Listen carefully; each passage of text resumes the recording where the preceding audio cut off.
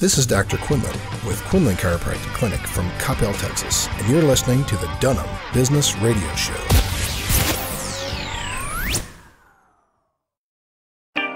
Hi there, this is Lori Dunham with Dunham Business Radio. We won the 2019 Gray Bowl Show of the Year. We also got an award for community service, and I can't thank you enough for all of your support. We are on the next level, and we're going higher, and I can't do it without you, and I'm so grateful. Thank you so much, and stay tuned in.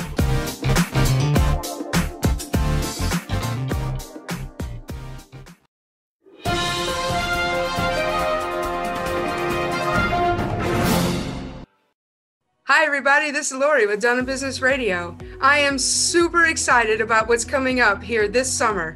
We are going on the next level. And you know what? We're doing it for you. You helped us grow. You helped our numbers just increase, and we're making an impact on entrepreneurs all around the world. We're coming to North American cities near you.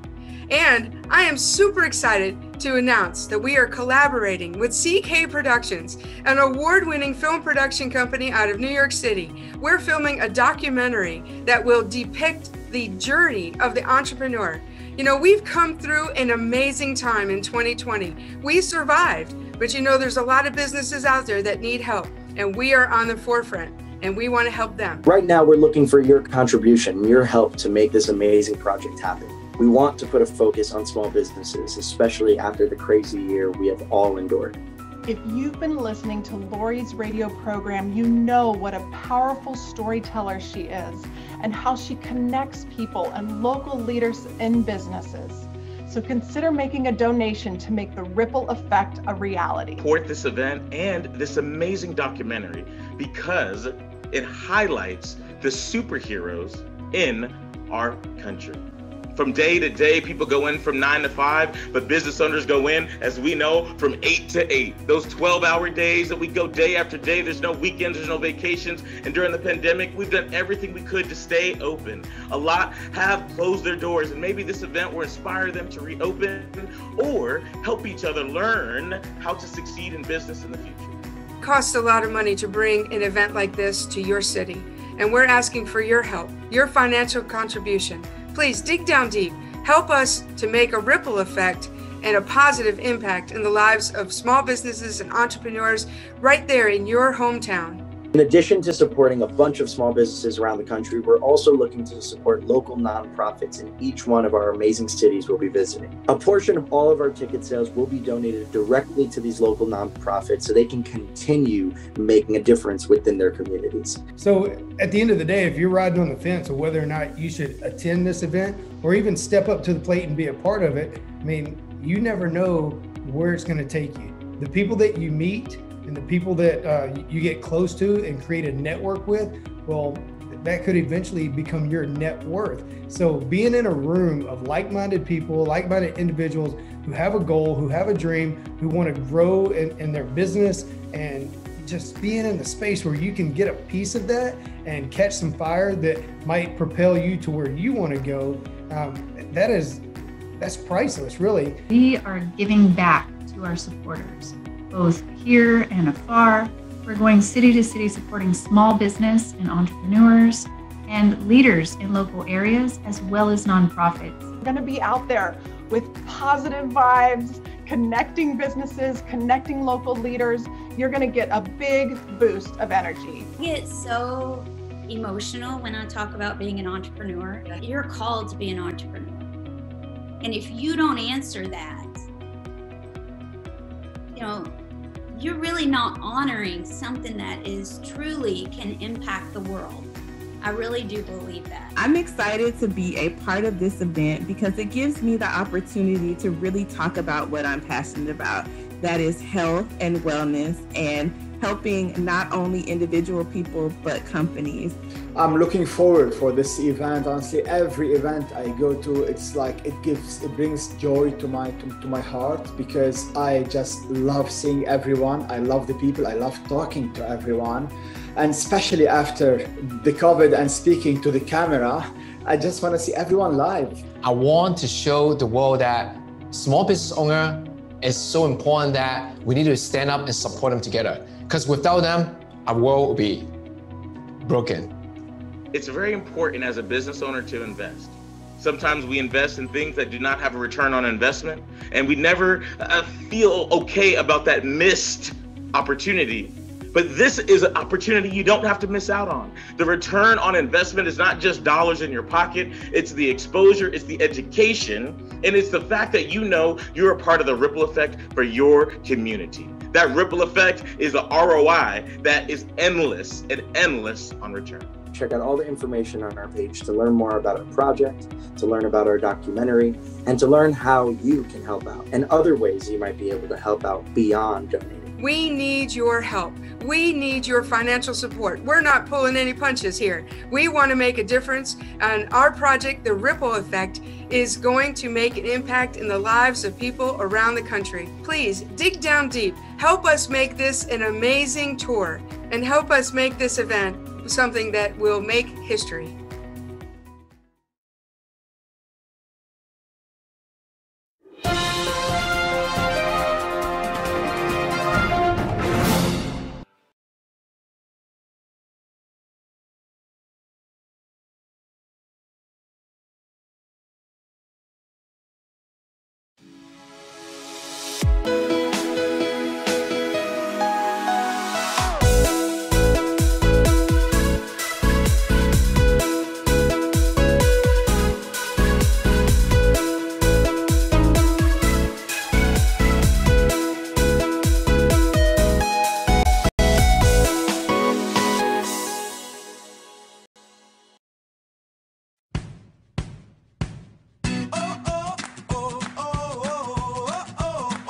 Live from Arlington, Texas, it's the Dunham Business Radio Show. And here's your host, Lori Dunham.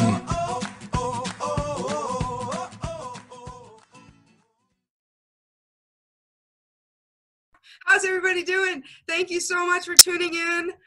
Really appreciate you joining us.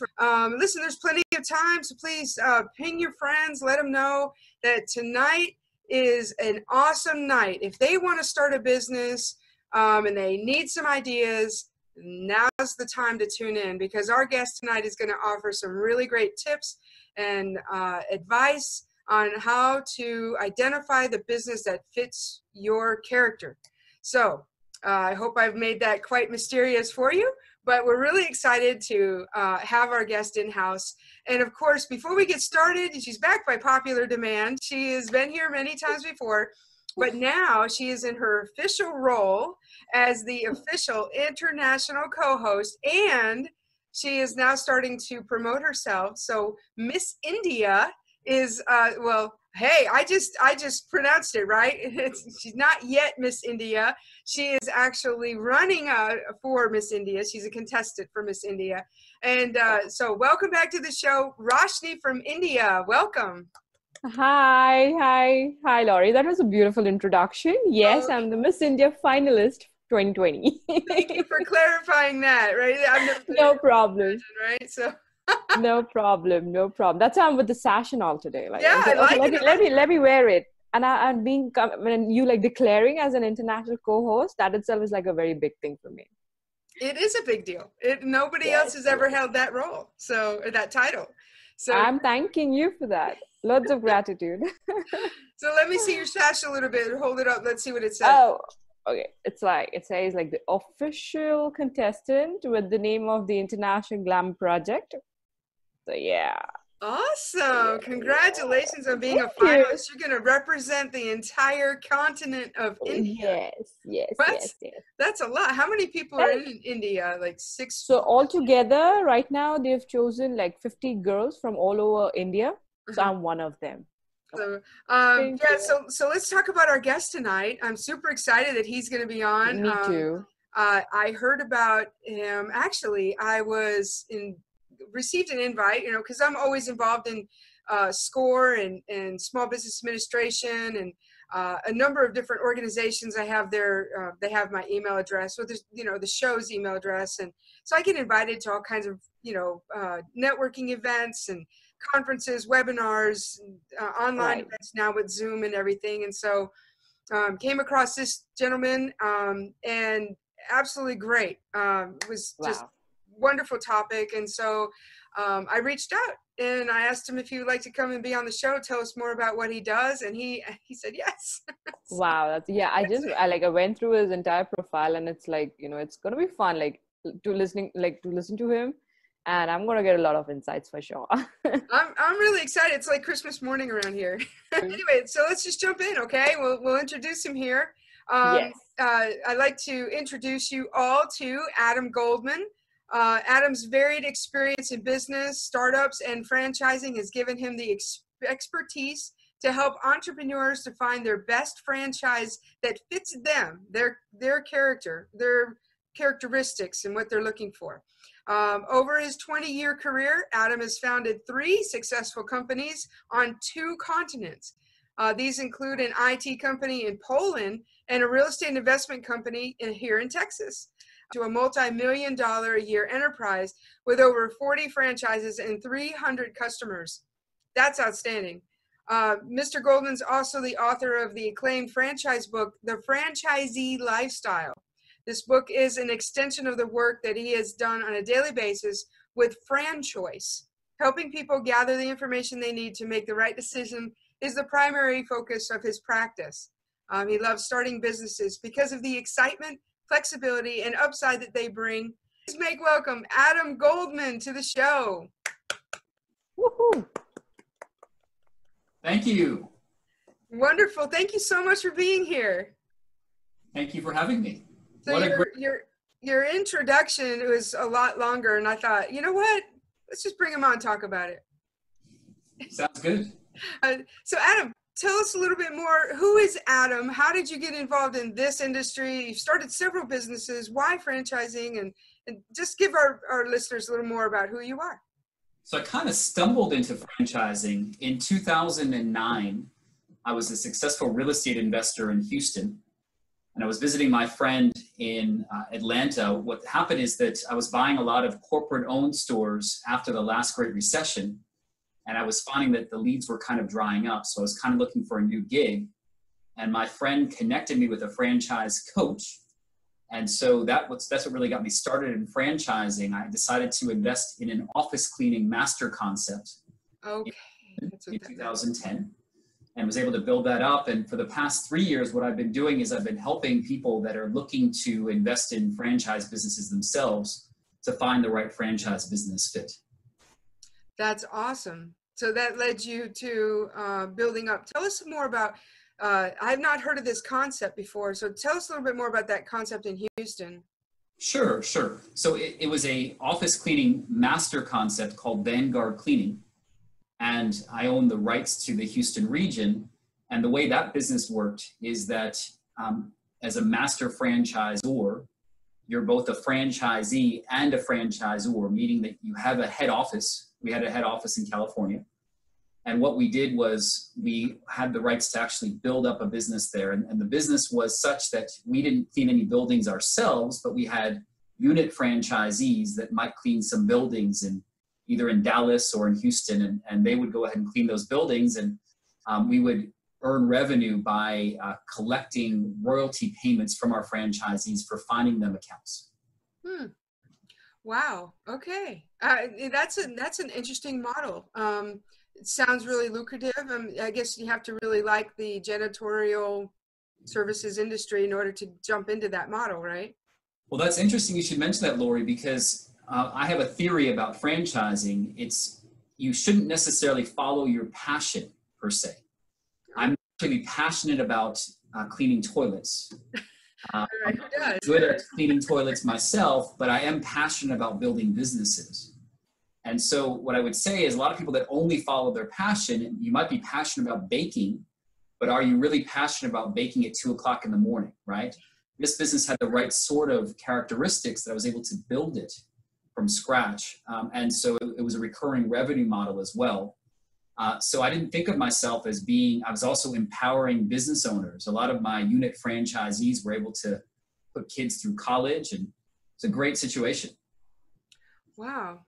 Yeah. So that kind of leads me, let's just go back to like starting a business in general, right? So when somebody's interested in starting a business, there's a couple of options that are laid out in front of them, right? They can just start something small on the side, do a DBA, work their way into maybe an LLC, an S Corp, you know, it's all tax related on those decisions, but there's other models, right? So there's definitely the franchise model. There's being an affiliate, there's network marketing, there's a brick and mortar, there's online businesses now. Why does franchising just kind of come outside of the box to be a different option, and what makes it better, in your opinion, than all the others? Wonderful question, Lori. I can't speak for all these business models because I just don't know some of them so well, but I know franchising very well. And look, if someone gets into the right sort of franchise, the benefit of that is you have a business in a box, meaning someone's invested hundreds of thousands of dollars to figure out the system, and it's working really, really well in some other part of the country. Maybe it's working well in Oklahoma City and they want to bring it to Dallas, right? And so that's the advantage of that, where you have a network of other franchise owners and a franchisor, if it's the right system, that would allow you to start up things faster. A lot of people I talk to don't really, I believe there are two types of entrepreneurs. I believe that there's creative entrepreneurs, number one, and that's people that really, really want to start things from scratch. And number two, you have people that are process entrepreneurs that might not be as creative per se, but they can take a system that does really, really well and bring that system to somewhere else. That's a different skill set for the right person. Well, that's really great. Yeah, there are two different kinds of entrepreneurs. I think I'm a serial entrepreneur. Outside of the radio show, I do a number of different things. So yeah, I'm totally one of those creatives. But I can see how somebody wants to work in a business, not on a business. Work on a business, not in a business, right? So in other words, the business doesn't own them. They're not trading their hours for dollars like they would in a small business, like somebody who does roofing or a tree trimming service. I guess those could be franchises, but it's more of a silent partner type of situation in some cases? Well, look, I mean, even within franchises, I think that there are two different types of franchises again. So the first type are things that you might think of as being an owner-operator type franchise. And that might be something where it's water restoration at someone's home, or mosquito control or blinds installation, where it's kind of hard to run that semi-absentee. You kind of need to be an owner and operator. Eventually you could hire a manager, but that's possible. But the second type are things that are semi-absentee. And what I mean by that is something where you're, even from the get-go, you're hiring someone to run the business for you, you're managing managers, and you can keep your day job. And so an example for that might be something like Orange Theory Fitness, or it could be something like a franchised hair salon or a salon suite, where you really don't have to be there from 9 to 5. Oh yeah, okay. Let's see, my wheels are turning here. I get all kinds of gears going. Rashi, do you have any questions for Adam at this point? Yeah, so actually I just have one question for you, Adam. So then how do you recommend a franchisee to an individual? Is there any kind of points that you have like you give to the individuals, or how does it run? So with Franchise Coach, which is the firm that I work with, our service is free, and we have a proprietary process that we take our clients through. And so what we do first is, the first thing that we do is we get to know them, right? So we ask them to fill out a quick survey or questionnaire. Mm-hmm. And we have a more in-depth conversation with them, Roshni. And when we have that conversation with them, we're really focused upon not necessarily the brand itself, although that's important, obviously, but it's really the characteristics that they're looking for from the franchise. Maybe they want to have something that's an owner-operator type thing. Maybe they want to work with certain employees. Okay. What kind of resources they might have. And what we do is we create a model that's 200 pages, where whatever they tell us, we just go ahead and we really dig deep and really find the right attributes or characteristics. Maybe they like selling, maybe they don't like selling. Maybe they want to be on a desk all day long. So, I mean, we just kind of hear out what's going on. And then based on territory availability, there are 4,000 brands in the United States of different franchises. we actually have a pre-screened list of 200 brands, the top 5%. We do them. And we go ahead with those 200 brands, we just figure out the 3 that really, really match the person the best based on availability. And then we connect them with those 3 different brands. That's our process. Wow. That's amazing. Quite well organized for any person who will come to you. So you have any kind of individual who just comes and says that, okay, I just want a franchisee. Like people come up with this question or they are pretty much clear sometimes. People come to me, they say, hey, look, I'm interested in a franchise, but I don't even know where to begin. And that's great because I've been in the industry for over a decade. And I really have insider knowledge and I'm very happy to match them with the right. Oh, great. So I have one more question. Can I ask you? Yeah, go ahead. Yeah. Okay. So as you just mentioned about having like 4,000 different franchisees. So why is it so that only few of them are very famous or maybe people even think about it? What's the reason for that? Well, Rashi, that's the interesting thing you should mention, because if you think about it, everything around you is a franchise in the United States, right? So believe it or not, 10% of the US economy is franchise. So you wake up, right? You get a coffee, that's a franchise brand.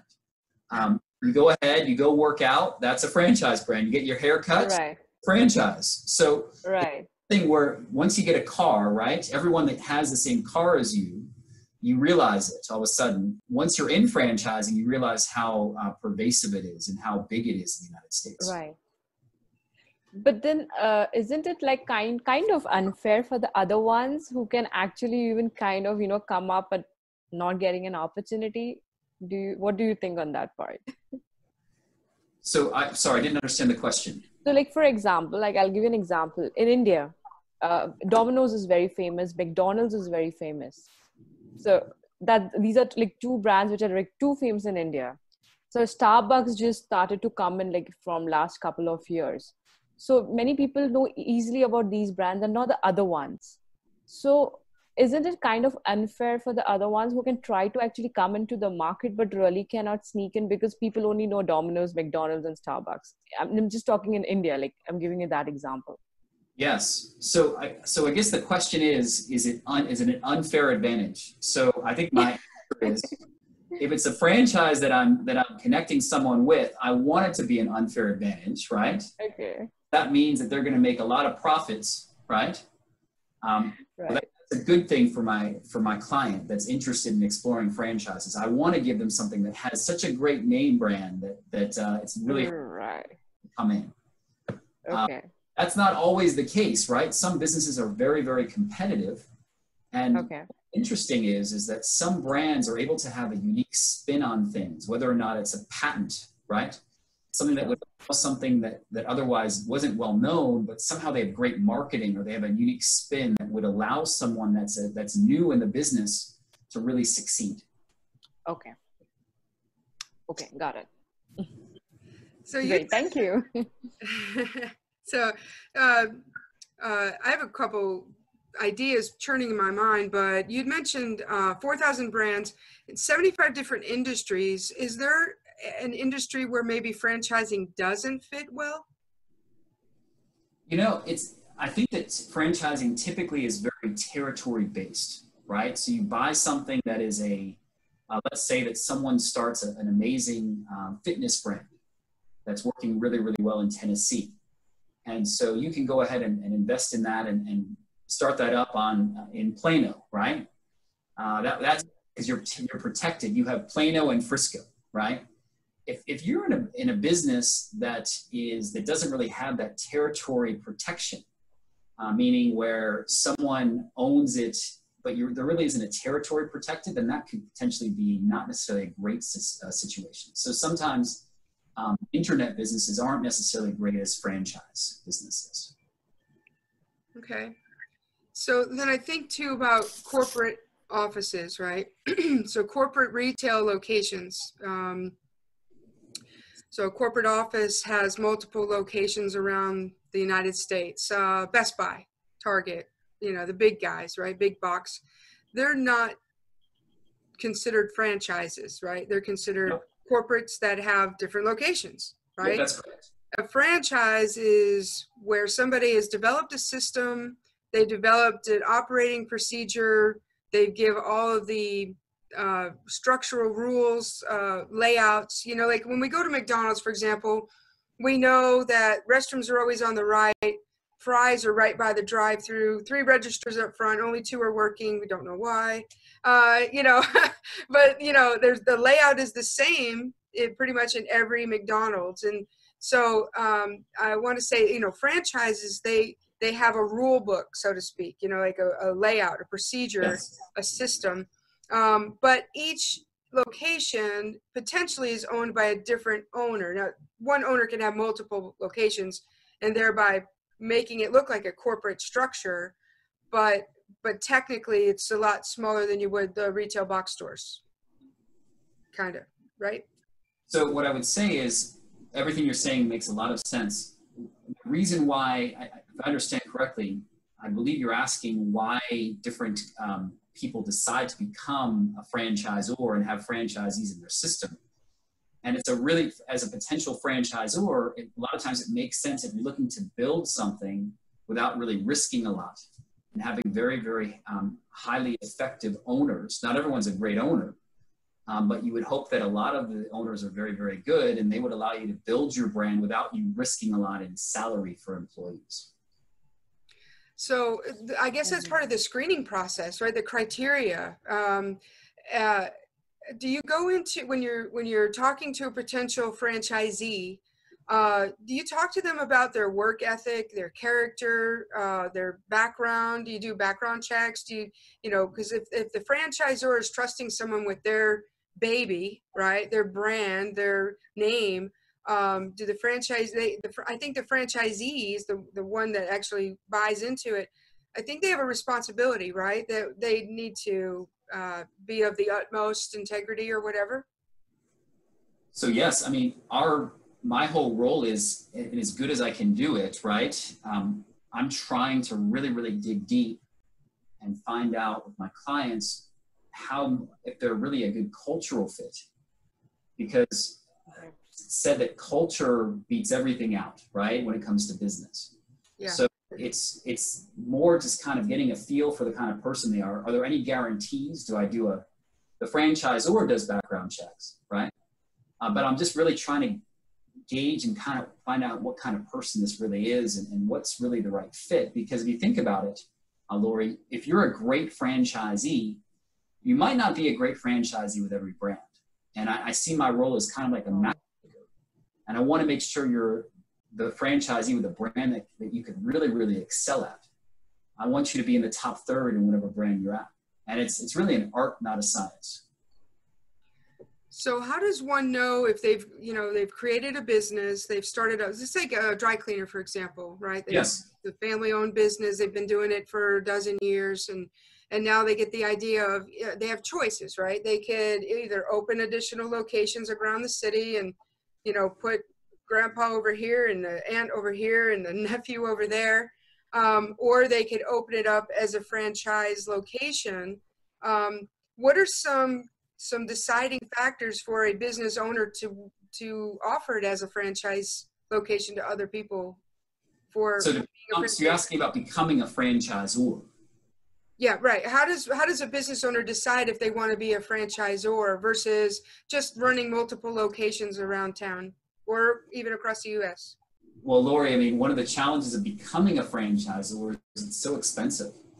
It's becoming more and more expensive to become one. You need really deep pockets to become one. It's not like you all of a sudden one day say, hey, I'm going to be selling franchises. I have this great concept. You have to hire people that could actually, well, number one, it's a different animal than actually running a successful business, because you have a system that you're going ahead and you're trying to get other people to buy into your system. And so there are legal implications. You need to create a disclosure document. You need to hire a development staff. You need to spend a lot of money on marketing. It's not the kind of thing, if you have the most amazing concept ever, you have to have some sort of validation, and you need to have really, really good numbers and everything else. If not, it's going to be very hard to attract the right people to your brand. People really don't understand how involved and intense that is as a franchisor. Yeah, actually, I was very surprised by that answer because I was thinking as a successful business owner, I've got the system, I figured it out. Now I want to just duplicate myself or, multiply myself. So I find good quality people who want to have a business and they pay me for the license of opening their own location. They, lease a building that fits the criteria. But there's really a lot more that goes into it than that. So you need to convince everyone that's looking at your brand, if you were to start one, Lori. And look, I'm sure it's great, but you got to convince it against these 4,000 other brands that have these sophisticated salespeople, right? Yeah. Because someone that's potentially a franchisee for your brand is also one for these other 4,000. So why should they buy into your system and why now? Those are great questions. It's part of the whole, screening and criteria for sure. Wow. Yeah, that's great. Now, what are some of would you say the biggest mistakes that clients make? And I say clients, let's just break it out, right? We've got franchisors and franchisees, the people who buy the system. For franchisees, what would you say is some of the biggest mistakes that they make? I say the number one mistake is, as I mentioned before, really overestimating passion. Hey, I love dogs. I want to start a dog walking agency. I don't really want to walk 500 dogs per day. I want a dog. I just need a dog franchise. Please, let me have that. So that's the number one issue, I would say. Number two is being undercapitalized. But people, for whatever reason, they tend to undercapitalize their business. That's a huge issue. If you're 6 months in, things are going great, but you have a capital crunch and you don't know what to do. I'd say the third thing that happens with franchisees is they just don't have an open mind, right? Maybe it's not even something they're passionate about, but it might be something where, hey, I've always been in the automotive industry. I only want to look at automotive. I'm not going to have an open mind. I don't want to clean toilets, right? I'm not interested in janitorial no matter what. I don't care if it fits me. I'm really laser focused on this. And the people that are most open are ones that really are most successful. Okay. That's really great. Roshni, you got any other questions you want to ask Adam? Yeah, there's one question. Okay, so do you wish to actually get overseas for the work that you're doing? So that's a great question, Roshni. So just to give you an idea, actually every once in a while I do work with people that are looking to come to the United States and want to be from abroad, and they're specifically here on a visa type situation. And one of the misconceptions of my business is that people think that you need to spend millions of dollars in order to become a U.S. green card holder through different businesses, or there are actually different visas that are still in effect now, where you can actually start a business for not much money. We're talking about less than $100,000 and get a visa in the United States. Really? Really don't understand this. Okay, that is something even I didn't know. Okay. I knew that. I just didn't have any contacts outside of the United States who wanted to come here until Roshni and I connected. So it's actually. I used to think I have to shell out a lot of money to actually open up a business in America. That was my misconception, maybe. Yes. Wow. So there's two visa that franchising is really, really a high acceptance rate because it's a proven system. So it's not like you're starting it from scratch. You can say, hey, look, this is working great in other cities or states. Approve my application, and the acceptance rate is over 90%. Are most of the franchises that are established, are they more retail oriented? Because when I'm trying, in my mind, I'm thinking of the different franchises that I know about, and they're all, the only ones I can think of are in the retail space, but I know there's 75 industries. So is it mostly consumer brick and mortar retail, or are there other other segments, sectors in the marketplace? So look, if you go by the actual number of franchises in the United States, a lot of them are in the food business, right? But if you look at the kind of placements that I've made recently, not any of them are food at all. And one of the reasons why is a lot of my clients tell me that food tends to be, number one, low margin, and number two, a poor lifestyle. If something's happening at 2 o'clock in the morning, then you've got to be on. So I would say is you'd be shocked at how many different industries there are that franchises exist in. What's happening right now is the most popular industries are things that are service businesses that are essential, that are recession resistant. I'm having a lot of success with those type of businesses.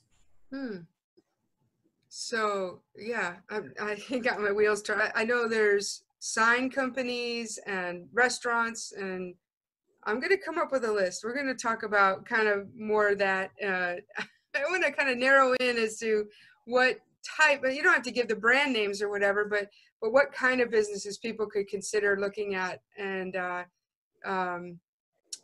yeah, we're gonna continue this, right? And please ping your friends, let them know that we are here and talking to a great guest. He's a specialist when it comes to franchise businesses and deciding which kind of franchise works for you. You know, there's lots of different business models out there, but the franchise is one that is the most lucrative in some cases because there's a system. And, you know, the system is what makes businesses work, right? No matter if you've got a one-stop shop or you've got multiple locations, you've got to have a system in place, mostly to stay organized so you don't lose your mind. So we're kind of talking about that. Roshni, you're hanging out with us. Thank you so much for being on the show with us today. You're welcome. Thank you, Laurie. I'm having fun, actually. Yeah. Oh, it's great. Yeah. Are you learning a lot about franchises? Yes, which I never had a knowledge about in the past, but now I'm actually getting a lot of information. So I'm thankful to Adam for that. I'm really excited. You know, we have listeners in 10 different countries. And I think it's just really awesome that they can come to America and start a business. And exactly.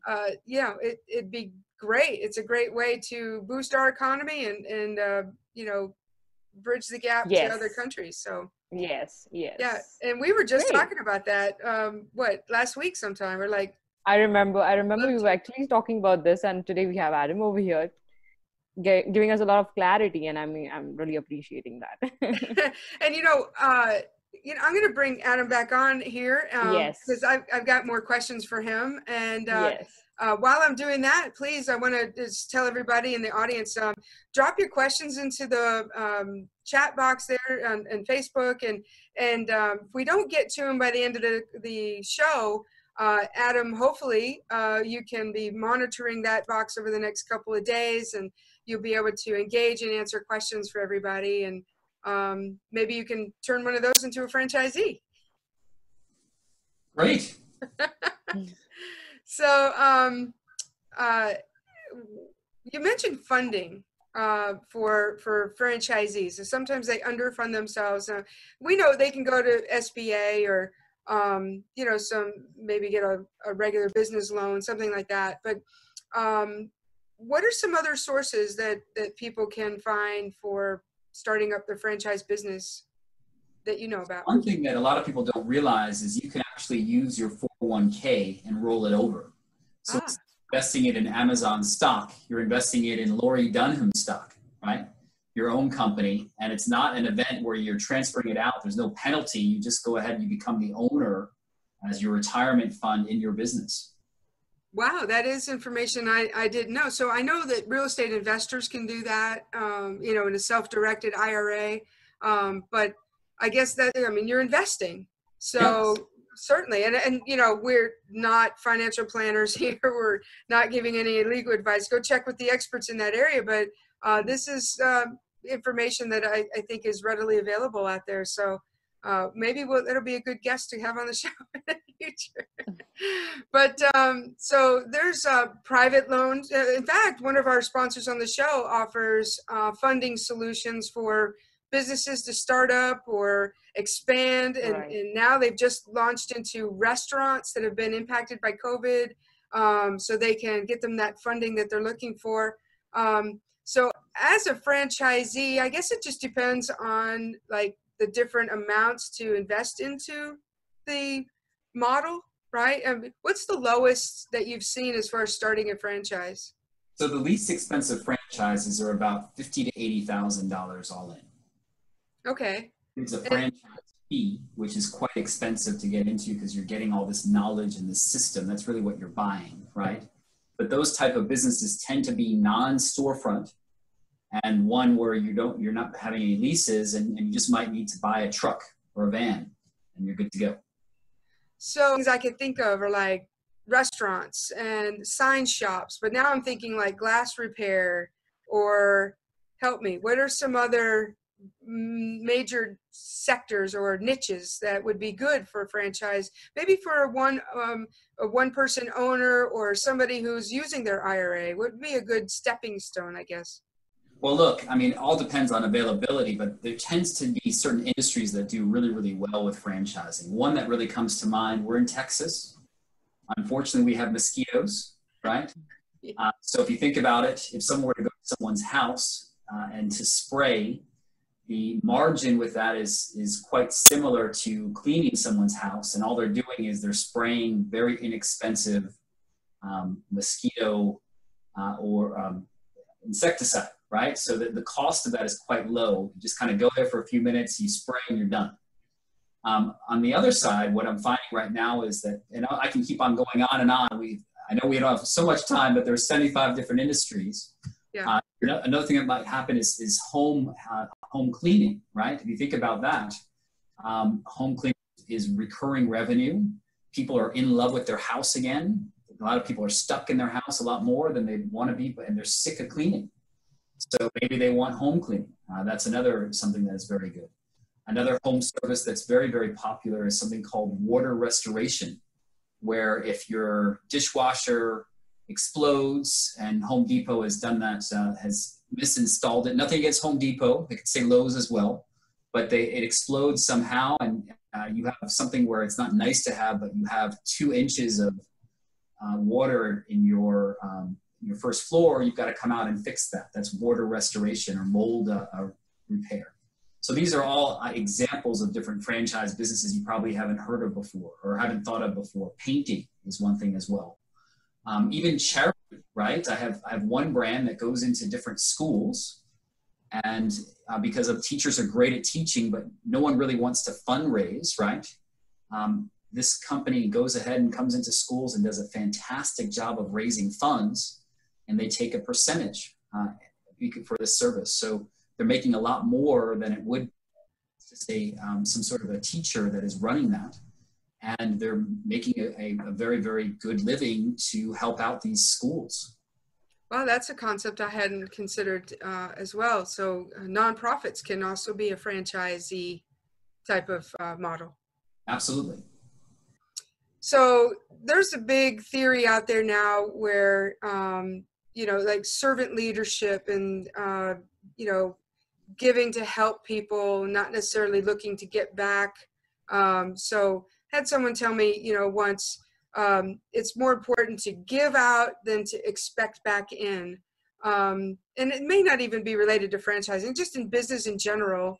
And when they said that to me, I thought, McDonald's doesn't make hamburgers and hope to give them away for free. They're always an expectation that you're going to give them $1 for the service that they're offering. And so when you mention the nonprofits, that's a great business model, and it is franchise in this case, but even if it weren't, someone's offering a service, and in exchange, they're getting paid through their own efforts, right? Whatever they fundraise. So if they fundraise $0, they get paid $0. So they're highly motivated to actually make something for the schools. Absolutely. So look, I think what we're really talking about, Lori, is what's a driver for different people that are clients of mine, right? Because some people, is no judgment, right? Some people just want a high ROI. Most people want a high ROI. Mm-hmm. What I believe is that people can do well and also do good at the same time. And what's happening right now is there are a lot of brands out there that have a great social component. I have one brand that is in the business of fitness, right? And they actually are very involved with people with special needs to teach them boxing and other things. So it's dependent upon the brand, and there are a lot of that kind of components for potential clients of mine. So if there's a major brand, let's just say pizza, right? That's a franchise in some areas. But I want to focus. So I want to be a franchisee, for example. I know that I want to do a pizza thing because I'm passionate about pizza and I don't care about baking it at 2 in the afternoon or 2 in the morning, right? I want to be there to offer my pizza. And it's very hypothetical, by the way. But I want to niche my market. So for example, instead of offering the standard pizza to the population in my neighborhood or in my general area, delivery area, I want to focus just on gluten-free pizza, right?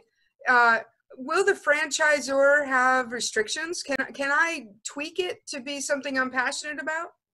So that's a great question. So some franchisors give more leeway than others, right? If you think about it, if you look at McDonald's, some of the biggest innovations in McDonald's, the McFlurry and also the Egg McMuffin, all came from these actual franchisees. Someone tweaked with these different things. But you can't really veer off very much, right? So it's not like you can just one day as a Chick-fil-A owner say, hey, I'm going to sell gyros here. I'm going to, instead of the Chick-fil-A sign, I'm going to say Chick Gyro Filet. It just doesn't work so well, right? So there is some leeway, but not too much. Okay. It's just something to think about if you want to be a franchisee and you want to niche it. Just got to make sure your franchisor is happy with that. So then the other question that evaded me earlier is now returned. And so I'm a big fan of economies of scale, right? That is leveraging what you have and making the most of it, right? That's the idea of economies of scale. So we talked earlier about pest control. And so I got to thinking when you were saying that, could say like a lawn franchisee team up with a pest control franchisee and spray the house, spray the garden, and mow the lawn all at the same time? So Laura, that's even better than I have something even better than what you're saying. You could potentially, I believe people can expand both horizontally, right? Meaning you can invest in one Orange Theory Fitness and then go ahead and open up a few of them, or one hair salon suite, then open up 4 or 5 of them and have that scale, have one manager. You can also expand vertically, right? So you can buy, and I have some great systems that have things that are kind of businesses that kind of feed off of one another. One does concrete, one might do plumbing. They're all kind of interrelated, and you can be a vertical franchisee expanding as opposed to a horizontal franchisee. So you have vertical added value. Sorry, I'm stuttering. Yes. Added value, right? So a real estate investor who flips could own a franchise in concrete or fence building or lawn care, something like that. Property management. Property management, house cleaning. They could own all of that, and they could divvy that out as they saw necessary. They wouldn't have to continually hire a subcontractor or a vendor and pay retail price. They would just use their own companies. Their own ecosystem. Their own ecosystem. So that's awesome. Like, that's kind of how my mind thinks right there. Maybe I'm meant to be a franchisee. Who knows? That's really great. So I could have every single person on the show and we'll just talk about my own businesses on the show. I'm just always thinking outside the box, Adam. Don't be scared. I love it. It's great. Don't be scared. So let's talk about, we're almost out of time, but let's talk about real quick, what can somebody do to prepare and really evaluate internally before they call you to identify if being a franchisee is something that would be a good decision for them? So the vast majority of people that utilize my service are people that really are unhappy with what's going on in their life right now, right? It might be someone that's working for someone else. They worked for someone for a long time and all the profits are going to someone else. Maybe it's someone with a young family. They're not able to see their kids enough. Whatever that reason might be, there's got to be a unique reason for someone to want to have freedom of opening their own business. So it's just kind of an evaluation of where you're at right now and kind of like looking at a vivid vision about where you really want to be. and how franchising might allow you to have that future that you're desiring as opposed to working in corporate America. Where do you normally find your leads for people who are interested in being franchised? Do you do some mass marketing? Do you niche it in and kind of seek people out? Well, I'm very thankful that with my practice being the way it is, I have people that typically come to me through referrals. People that have had great experiences and have had great matches in the past have decided to go ahead and let their friends and their contacts know about my service. That's been a great source. Yeah, I think in marketing, the number one best way to get a customer is word of mouth referral. I mean, that's still to this day, even with internet marketing and all that, the number one way to get any kind of customer in any business model is word of mouth. So yes, that's really cool. Roshni, anything? I'm good. I got all my answers. Oh, that's why I asked all the questions in the beginning itself. So she's all questioned out, Adam. Yeah. So Adam, how would somebody find you if they were interested in going through your pre-screening process? So the best way to get a hold of me, you can either call me at 713-309-6776, but you could also go to my website at franchisecoach.net. And I offer free 15-minute consultations to kind of see if we're potentially a good match for each other. And we can take it from there. I can find out in 5 or 10 minutes whether or not I could help you or not. Wow, 5 or 10 minutes.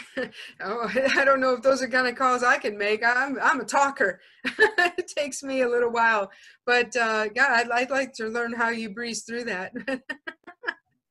But give your phone number and your website one more time. So 713-309-6776, and then it's franchisecoach.net. Awesome.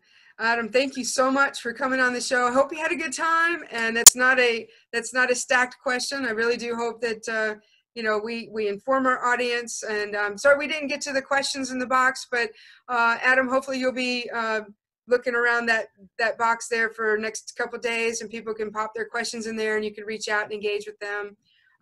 But really looking forward to hearing more about your progress. If there's anything we can do to promote you, to connect you to people, we'd love to have that opportunity to do that and help you in your business. Thank you, Laura. It's been a pleasure, and what a wonderful show. I'm honored to be here today. Thank you so much. And Roshni? And in addition to that, I would like to ask him, is it okay with you if I introduce you to people in India? Will that be okay? Please. Okay. Excellent. Well, Adam, get ready, because she's a go-getter over there.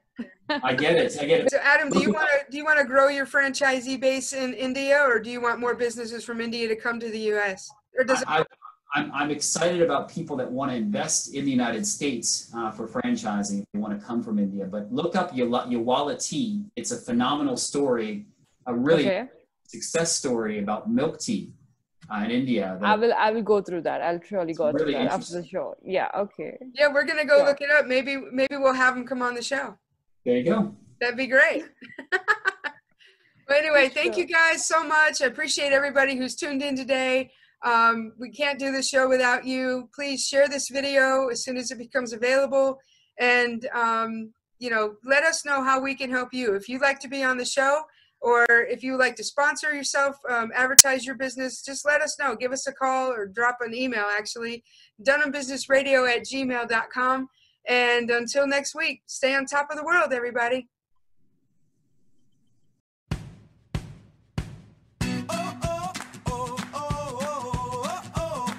Thanks for listening to the Dunham Business Radio Show. Be sure to follow us at Dunham Business Radio and check out DunhamBusinessRadio.com for more info. I'm on top of the world, now I'm living, and the good just gets better, keeps on giving, not even close to the end.